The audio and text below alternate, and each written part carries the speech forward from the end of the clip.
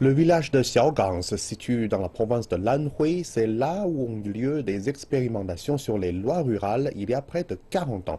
Tout de suite, une visite sur place pour voir comment tout cela a commencé. Alors que l'année touche à sa fin, le village de Xiaogang connaît de grands changements. Les choses ont bien fonctionné pour le village, qui est devenu un village test pour les réglementations en matière de propriété rurale. Aujourd'hui, le village de Xiaogang mène le pays en introduisant la division des droits de propriété de terres agricoles et la mise en œuvre des droits pour les fermiers locaux. Cela permet à davantage de personnes d'accéder au secteur agricole, tout en laissant les propriétaires qui ne veulent pas exercer cette activité partir vers de nouveaux horizons.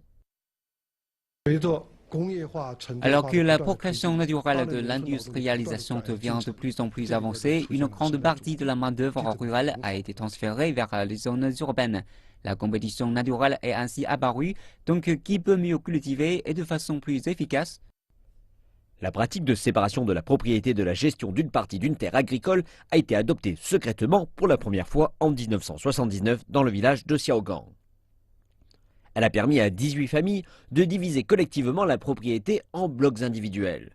Les agriculteurs avaient alors toute la responsabilité pour les profits et pertes de leurs terres.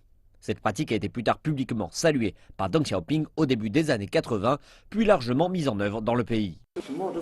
Pour être honnête, c'était risqué de signer un contrat à l'époque, mais aujourd'hui je sais que j'ai pris la bonne décision.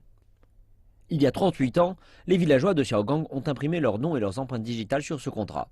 Beaucoup voulaient partir et aller travailler en ville. Mais il fallait que quelqu'un reste et s'occupe des terres. Donc il a été décidé de séparer la propriété de la gestion. Et avec l'année 2016, les agriculteurs ont eu la possibilité de faire partie des dernières réformes. Les agriculteurs peuvent désormais avoir un accès total aux droits de propriété des terres agricoles, aux droits contractuels et aux droits opérationnels. Mais il a fallu du temps pour en arriver là. Après l'obtention du certificat, ou appelez-le une sorte de permis, vous pouvez facilement transférer les droits opérationnels à une partie tierce si vous désirez travailler à la ville. Et si vous souhaitez vous occuper de votre propre terre, vous avez un sentiment de sécurité avec ce certificat. Et avec cette politique de réforme, les agriculteurs peuvent s'occuper de leurs terres avec une plus grande confiance.